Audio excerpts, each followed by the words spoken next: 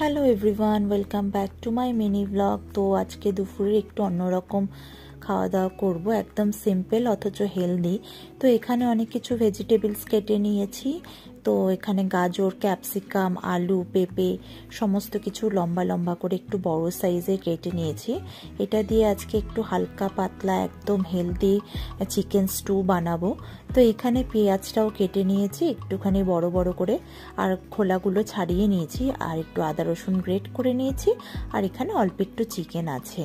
তো আজকে ভাতটা কিছু খাবো না, তো আজকে বানাবো চিকেন স্টু আর ব্রেড টোস্ট করে নেব। তো এখানে একবারে আমি প্রেসার কুকারে রান্নাটা করব। তো প্রেসার কুকারে এখানে একটু সাদা তেল দিয়ে দিয়েছি, আর এখানে একটুখানি বাটার দিয়ে দিলাম। তো এটাকে একটু গরম হতে দেবো, একটু বাটারটাকে একটু মেল্ট করে নিচ্ছি তেলের সঙ্গে।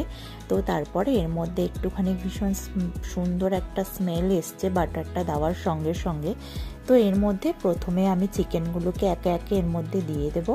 চিকেনগুলো দিয়ে একটু ভালো করে একটু নাড়াচাড়া করব। আর চিকেনগুলো দেওয়ার পরেই কিন্তু সাইডে লেগে যাওয়ার একটু চান্স থাকবে, তো সঙ্গে সঙ্গে একটুখানি নাড়াতে হবে, কারণ যেহেতু অল্প খুব সামান্য পরিমাণে তেল দিয়ে এটা রান্না, তো সাইডে চিকেনটা ভেজিটেবলসগুলো দিয়ে দিলে তারপরে কিন্তু আর সাইডে লেগে যাওয়ার চান্স থাকবে না।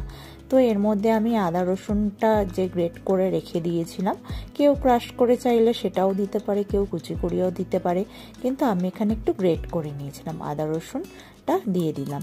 তো ওটা দিয়ে নাড়াচাড়া করে তারপরে সবজিটাও তাড়াতাড়ি করে দিয়ে দিলাম, না হলে হচ্ছে সাইডটা একটুখানি চিকেনগুলো লেগে লেগে যাচ্ছিল, তো সেই কারণে। তো মানে সবজিগুলো দিয়ে তার মধ্যে আমি নুন আর গোলমরিচ একটু বেশি করে গোলমরিচ দিয়ে দিলাম, কারণ এই গোলমরিচে তো ঝাল হবে না, গোলমরিচটা একটু বেশি দিয়ে দিলাম। আর নুন প্রথমে এখানে দিয়েছিলাম, তারপরে পরে আবার একটু নুন দিয়ে নেব, কারণ প্রথমে বেশি নুন হয়ে গেলে আবার খেতে ভালো লাগবে না। তো সেই কারণে নুন গোলমরিচ দিয়ে নাড়াচাড়া করে তারপরে এর মধ্যে আমি পেঁয়াজ যেগুলো একটু বড় সাইজের কেটে নিয়েছিলাম সেগুলো দিয়ে দিলাম। পেঁয়াজটা প্রথমেই দেবো না, তাহলে পরের দিকে আর পেঁয়াজগুলো গোটা মানে মুখে আর পড়বে না খাবার সময়।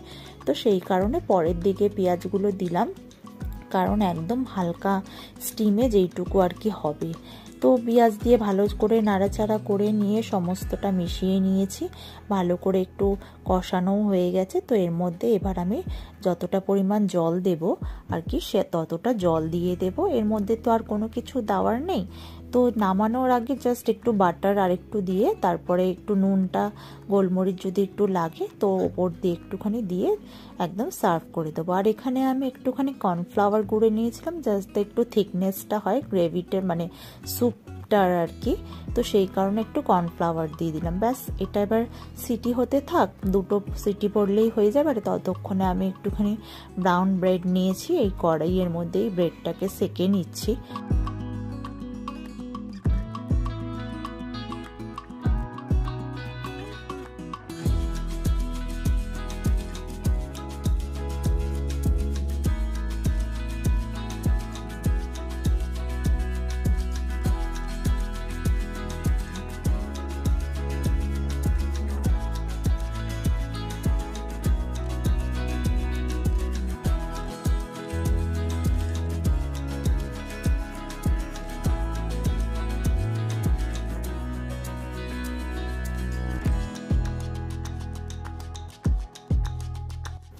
তো এবার গরম গরম খাবারটা সার্ভ করে নিচ্ছি।